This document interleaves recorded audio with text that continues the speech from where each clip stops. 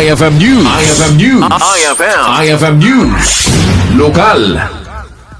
Inbatad ni Vice Mayor Napoleon Hernando iti ilit ti San Nicolas sa ama problemaan na iti lokal na gobyerno iti panagbasit ti bilang da iti agad-adal iti daycare center. Kunana, naobserbaran da ito iti Sangguniang Bayan kalpasan iti naiwayat na closing exercise iti agduduma pagadalan. Mainay iti raytoy napayaban ti Municipal Social Welfare and Development Officer tapno ilawlawaga iti nadakamat abanaga.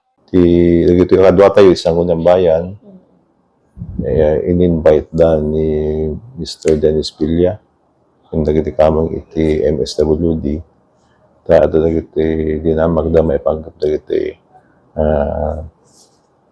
enrollment iti daycare pupils, kat ato nagiti dinamdamag da kapno dahil akat pangtulong kadagiti daycare centers tayo kapno barang umado dagiti enrollment kapno matulungan tayo dagiti kailan tayo kayat nang mapan dagiti anak da kadagiti na dumado mga daycare centers. Mesa dagiti populasyon tayo parang mas basit Denise kan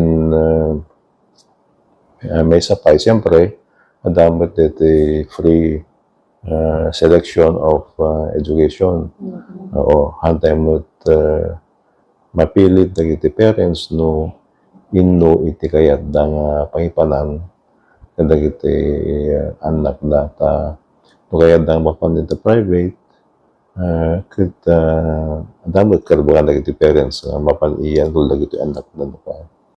Kabayatan na inpakaamon ni Municipal Social Welfare and Development Officer Mr. Dennis Villa nga di karonaan nga rason no apay abi masita ket gapot saan da kontrolado daytoy kan basit ti ubing iti tunggal barangay patsinaga po iti kaadda ti family planning program iti social welfare no apay abi mabati datos dagitoy. Para iti IFM News, Idol Bernadette Toledo, Tatak, IFM. IFM News. IFM News. IFM News. Lokal.